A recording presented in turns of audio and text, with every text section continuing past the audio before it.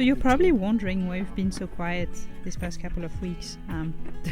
Well, the reality is we've been getting more rain than we could have ever anticipated, which is very unusual for the region. I mean, we cracked the 600 millimeters mark a couple of days ago.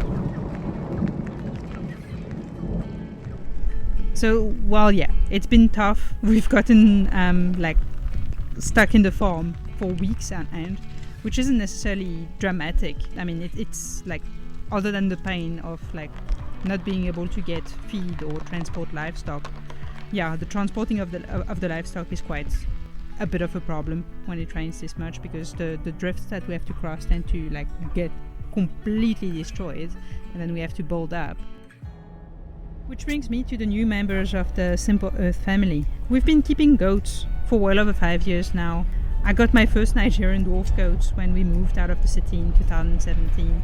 They are amazing animals. They're resilient, they're smart, they're disease resistant and pest resistant, and most importantly, they're browsers, not grazers, which gives them a huge benefit over sheep. They eat in 2 dimensions, not just at ground level, which means they don't destroy your grasses and pull the roots out, and they don't trample things because they are usually a lot less heavy-footed. When they get to what they want to eat, they'll actually go and pick, and they'll be very selective and very picky about what they want to eat. They'll go to a bush and eat exactly the amount that they want from this particular bush, and then they'll just move on to the next bush, which is quite convenient because that makes them a lot less taxing on the land, makes them a lot more light-footed and more helpful when you're trying to regenerate the ground around you.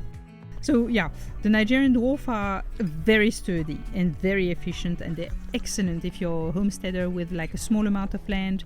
They can jump, so you want to invest in solid fencing, or with the Nigerian, you can get away with doing electric fencing. Like personally, I've always kept them in electric fence. If you're looking for something that you can use for meat, they are on the tiny side. So not necessarily the kind of goat that you want to keep like on a farm when you're actually going to be breeding for meat, or if you want to get something that's going to like be completely off the veldt and not be kept in a camp, they're probably not your best bet. So what we did on our side is we looked at the land and we looked at the way our goats currently browse, and what we learned is having a species of goat or a breed of goat that's indigenous and like adapted to the veldt is actually definitely advantageous, because they know what to eat, they know when to eat, they'll go directly for what they want, and they're extremely clever about how to medicate themselves and how to fix themselves when they feel a little bit down. But they're also well adapted to the diseases that we get here and to the parasites that we get here. So they're definitely like have a huge advantage over exotic breeds that you would get from Europe or that you would get from like other parts of the world. So we knew that we needed animals that have evolved in the conditions that we live in and know how to extract the best out of the land. So we decided to go for one of the 4 IVG breeds we get in South Africa. So the big advantage of indigenous veldt goats is that they were born to browse in the bush veldt. Right? This is their kingdom. They're so used to it, they're so like disease resistant that you can essentially just let them browse, and they'll go and pick exactly what they need, and they'll avoid the things that are poisonous, they'll avoid the things that are going to irritate their stomach lining or their rumen. They won't get bloated because they don't gorge. They're not a greedy breed. They're browsers. Right?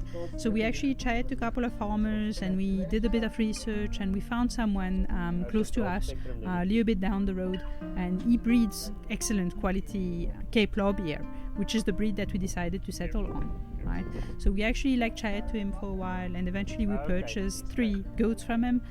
One of them was a ram and 2 ewes, and so the rain came at a very inconvenient time, because we got into a situation where we were stuck at the farm and we had to make an emergency plan, and we had to actually go and plow manually and leave the bakkies on the other side in case we needed to go and get the goats. And as luck would have it, the day that we were supposed to go and get the goats, the day before, it rained so heavily it completely destroyed the drift on our side. We had to make a plan to get the goats and revive the road a little bit. But yeah, that's where we are. And now the 3 of them are nicely and happily settling in. They're getting used to our particular brand of bush veldt. We're giving them a little bit of local shrubbery, like mostly Renosterveldt and Renosterbos and Roodbijkie at the moment. So yeah, that's about it. Go, go, go. Go, go.